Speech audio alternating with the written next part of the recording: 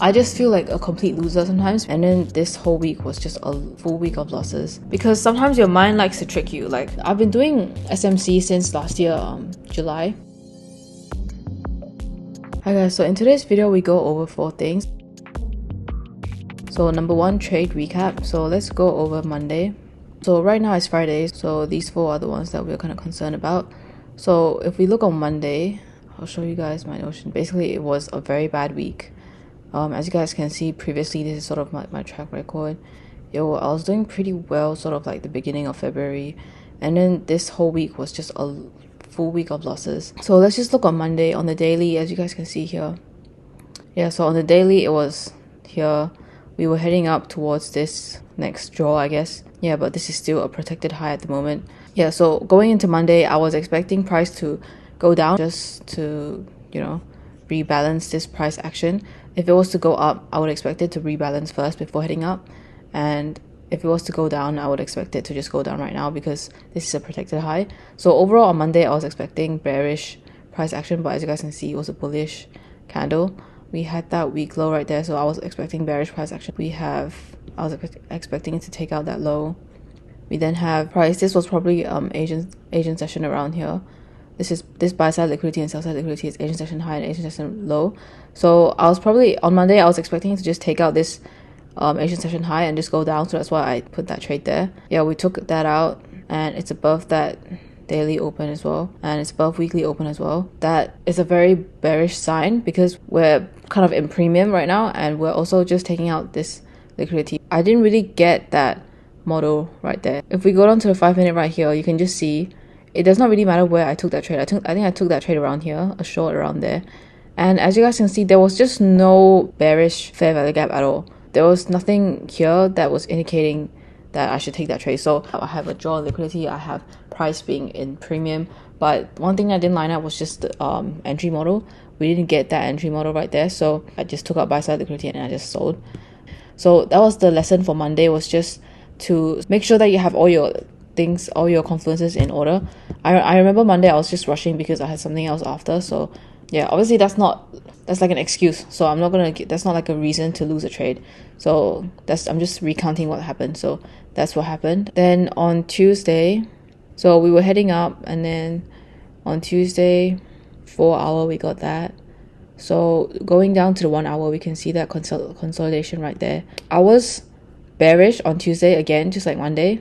We took out that Asian session high, and the reason why I took a buy here was because on Monday we just ended up going up. So then on Tuesday I was like, maybe it would continue going up because it was bullish on Monday and I expected it to be bearish on Monday. So I was like, maybe it'll be bullish again on Tuesday because I thought maybe we wanted to take out this draw on liquidity.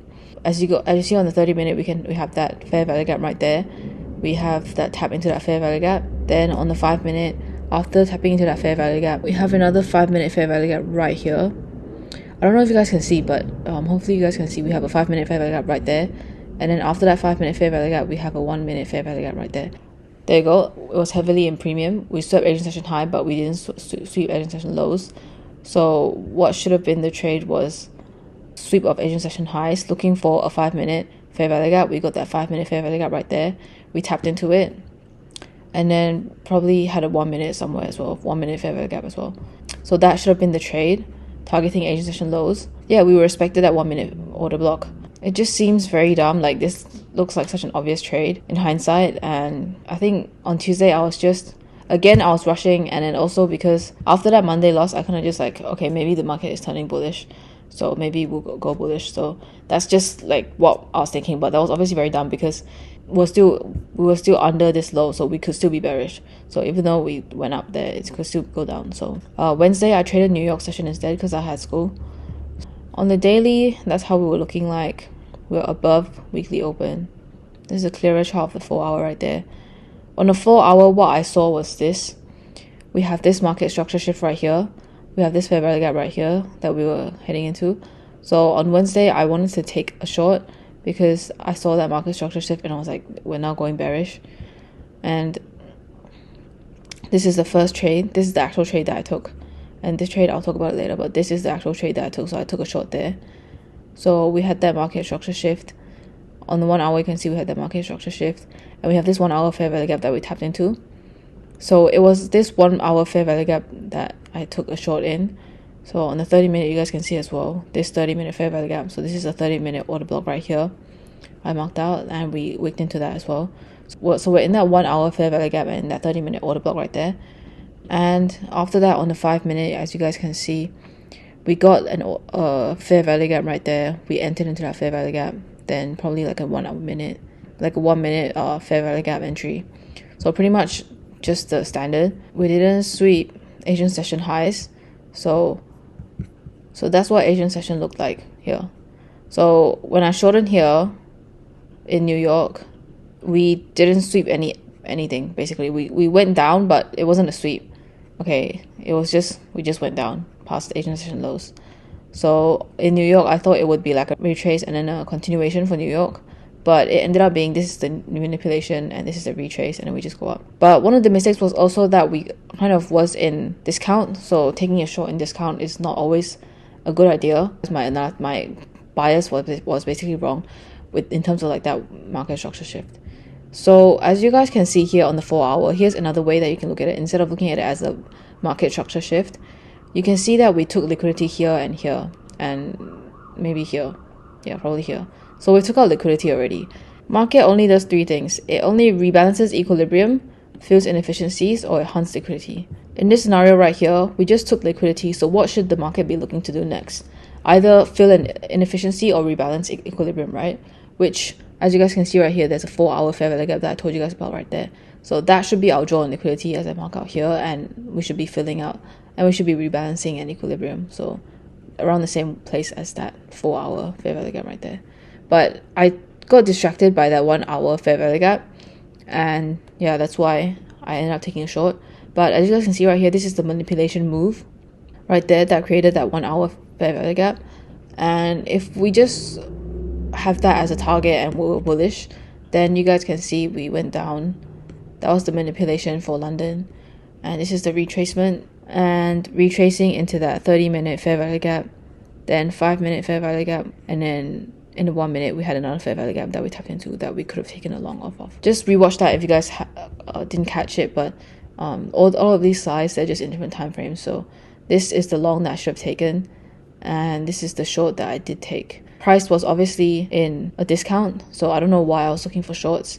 I think this whole week, because on Monday we were in premium, right, and then it still ended up going up. So because of that, I started to think more in terms of like following the trend instead of thinking of where price is in terms of premium and discount.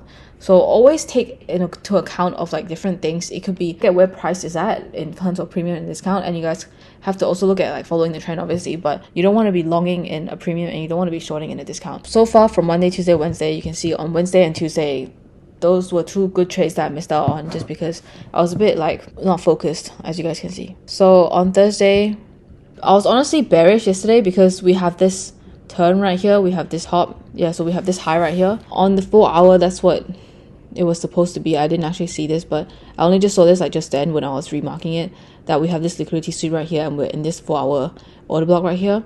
So it was obviously very bearish on the 1 hour as well. So here's the Asian session highs and lows. We took out Asian session lows and we went up, and then we went down. So I was looking for shorts here, but then again I got distracted afterwards when the shorts didn't really play out properly. I ended up longing, so here is my short and here's my long. Honestly, yesterday my mistake was just being too focused on the 5 minute. Right here we have this black candle right here, so that was a 5 minute fair value gap. So as we went into that fair value gap, I just took a short, which, as you guys all know, that is not my strategy. My strategy is waiting for it to respect that 5 minute fair value gap first and then taking a short. But one of the reasons why I was a bit rushed yesterday was because this was the sweep of that Asian session low, right? Asian session low, somewhere around there. We swept that and it just went up so fast. We never really got like proper movement for me to long, because I was trying to long here because it was already 3 a.m. So it was already in London kill zone, so I was trying to long here, but I couldn't find an entry here. So when it went down here, I was like, okay, straight up, like I'm gonna short this because this seems like a manipulation, right? price ended up taking me out here. This same fair value gap right here was a bullish fair value gap, so we re-entered that bullish fair value gap and we had that 1 minute fair value gap right here, so I just entered up along, which in hindsight was extremely dumb because why did there was no price over this past week has not really been very in a very strong trend. It's just kind of been like that, so I was just targeting that drawn liquidity right there.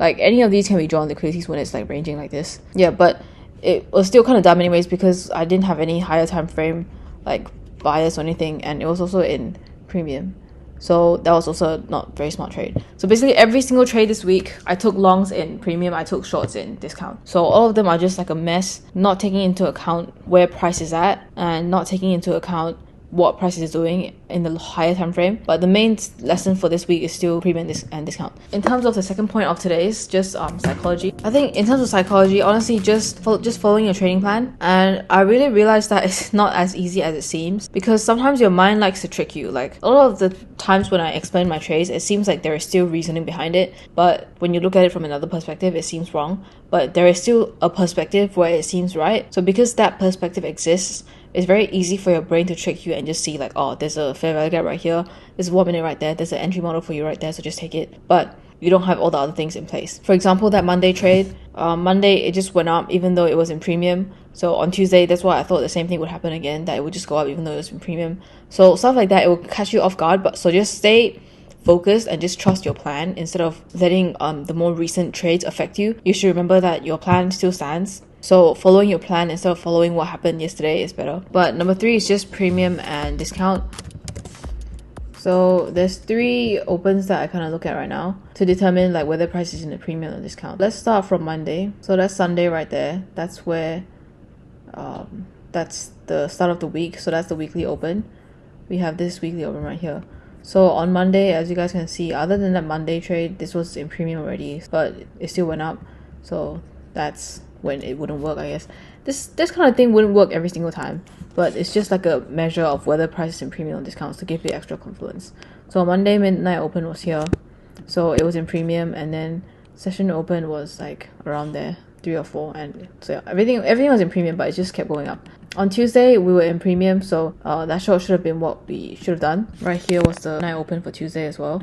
So we were above midnight open as well. So I think the short was just a little bit above session open as well. It was above pretty much all the opens, which shows that it's in premium. You don't just look at things in premium and you just short, okay? It's just an extra confluence after everything, after knowing your daily bias, where price is supposed to go, after knowing what your higher time frame POI is, after your entry model, everything. That's just an extra confluence. Also to help with your daily bias. See, on Wednesday, we went down below that weekly open. So this was the midnight open there. Session open was just a little bit above session open, but it doesn't really matter. Mostly these two daily opens and weekly open. On Thursday, we are above. It should have been shorts. We're also above daily open. No, we're not above session open. But yeah, we were above daily open. These 2 opens are a very good indicator of whether price is in premium or discount.